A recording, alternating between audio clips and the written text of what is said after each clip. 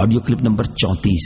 انشاءاللہ عز و جل اس میں آپ قرآن پاک کی سورہ بقرہ کی آیت نمبر 99 سے لے کر 101 تک کی تلاوت، ترجمہ اور تفسیر صراط الجنان سنیں گے۔ بسم اللہ الرحمن الرحیم۔ ترجمہ: اللہ کے نام سے شروع جو نہایت مہربان رحمت والا ہے۔ وَلَقَدْ أَنزَلْنَا إِلَيْكَ آيَاتٍ بَيِّنَاتٍ وَمَا يَكْفُرُ بِهَا إِلَّا الْفَاسِقُونَ۔ ترجمہ: اور بے شک ہم نے تمہاری طرف روشن آیتیں نازل کی اور ان کا انکار صرف نافرمان ہی کرتے ہیں۔ وَلَقَدْ أَنزَلْنَا إِلَيْكَ آيَاتٍ بَيِّنَاتٍ، اور بے شک ہم نے تمہاری طرف روشن آیتیں نازل کی۔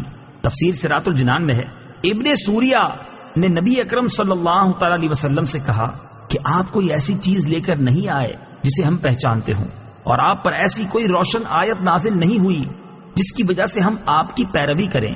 اللہ تعالیٰ نے اس کا رد کرتے ہوئے ارشاد فرمایا کہ اے حبیب صلی اللہ تعالی علیہ وآلہ وسلم، ہم نے آپ کی طرف روشن آیتیں نازل فرمائی ہیں جن میں حلال، حرام اور حدود وغیرہ کے احکام واضح اور تفصیل سے بیان کیے گئے ہیں، اور ان آیتوں کا انکار وہی کرتا ہے جو ہمارے احکامات کی اطاعت نہیں کرتا۔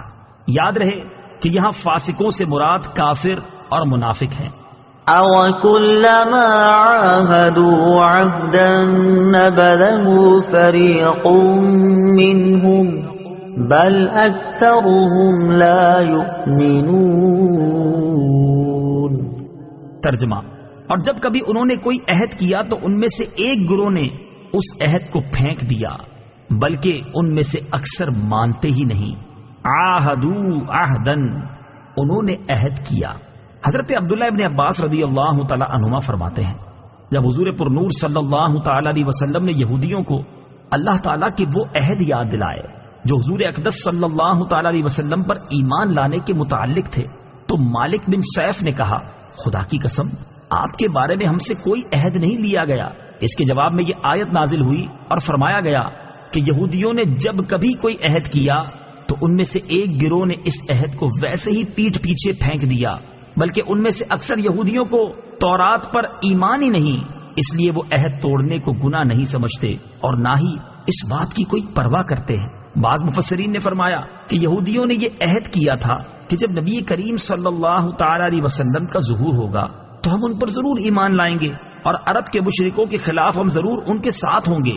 لیکن جب حضور اقدس صلی اللہ تعالی علیہ وآلہ وسلم نے اپنی نبوت کا اعلان فرمایا تو یہودیوں نے آپ صلی اللہ تعالی علیہ وآلہ وسلم پر ایمان لانے کی بجائے انکار کر دیا۔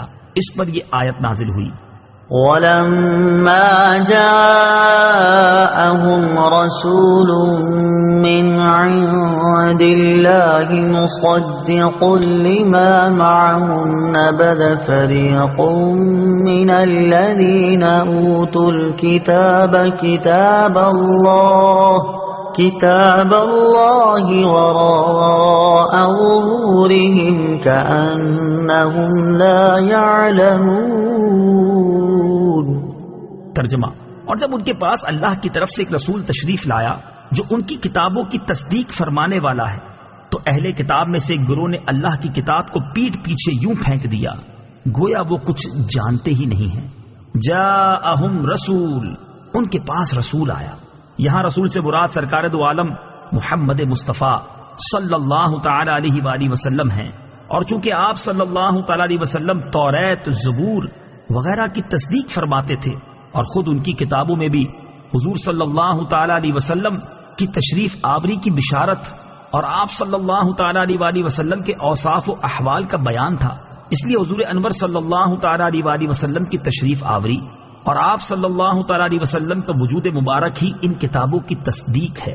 لہٰذا اس بات کا تقاضا تو یہ تھا کہ حضور اکرم صلی اللہ تعالی علیہ وآلہ وسلم کی آمد پر اہل کتاب کا ایمان اپنی کتابوں کے ساتھ اور زیادہ پختہ ہوتا، مگر اس کے برعکس انہوں نے اپنی کتابوں کے ساتھ بھی کفر کیا۔ مشہور مفسر سدی کا قول ہے کہ جب رسول کریم صلی اللہ تعالی علیہ وسلم کی تشریف آوری ہوئی تو یہودیوں نے توریت اور قرآن کا تقابل کیا، اور جب دونوں کو ایک دوسرے کے مطابق پایا تو انہوں نے توریت کو بھی چھوڑ دیا. وراء ظہورہم، اپنی پشتوں کے پیچھے. تفسیر صراط الجنان میں ہے پیٹ پیچھے پھینکنے سے مراد ہے اس کتاب کی طرف بے التفاتی کرنا. حضرت سفیان بن عیینہ رضی اللہ تعالی عنہ کا فرمان ہے کہ یہودیوں نے توریت کو ریشمی غلافوں میں سونے چاندی کے ساتھ مزین کر کے رکھ لیا اور اس کے احکام کو نہ مانا. قرآن مجید سے متعلق مسلمانوں کی حالت زار. اس سے معلوم ہوا کہ اللہ تعالیٰ کی کتاب پر عمل نہ کرنا اسے پیٹ پیچھے پھینکنے کے مترادف ہے. اگرچہ اسے روز پڑھے اور اچھے کپڑوں میں لپیٹ کر رکھے جیسے یہودی توریت کی بہت تعظیم کرتے تھے، مگر حضور پرنور صلی اللہ تعالی علیہ وسلم پر ایمان نہ لائے تو اس پر عمل نہ کیا گیا، گویا اسے پسے پشت ڈال دیا. آج کے مسلمانوں کا حال بھی اس سے بہت مشابہ ہے کہ قرآن پاک کے عمدہ سے عمدہ اور نفیس نسخے گھروں اور مسجدوں میں الماریوں کی زینت تو ہیں، ریشمی غلاف بھی ان پر موجود ہیں، لیکن پڑھنے، سمجھنے اور عمل کرنے کی حالت یہ ہے کہ ان الماریوں اور ریشمی غلافوں پر گرد کی تہ جم چکی ہے، اور حقیقتاً وہ گرد ان غلافوں پر نہیں بلکہ مسلمانوں کے دلوں پر جمی ہوئی ہے. آج کہاں ہے وہ مسلمان جنہیں قرآن کے حلال و حرام کا علم ہو، جنہیں اسلامی اخلاق کا پتہ ہو، جن کے دل اللہ تعالیٰ کی آیات سن کر ڈر جاتے ہوں اور ان کے اعضاء اللہ تعالیٰ کے خوف سے کانپ اٹھتے ہوں، جن کے دل و دماغ پر قرآن کے انوار چھائے ہوئے ہوں. افسوس وہ معزز تھے زمانے میں مسلمان ہو کر، ہم خوار ہوئے تارک قرآن ہو کر. اس آیت سے اشارتاً معلوم ہوا کہ قرآن شریف کی طرف پیچھ نہیں کرنی چاہیے کہ یہ بے رخی اور بے توجہی کی علامت ہے، اور یہ بھی معلوم ہوا کہ بے عمل آدمی جاہل کی طرح ہوتا ہے، بلکہ اس سے بھی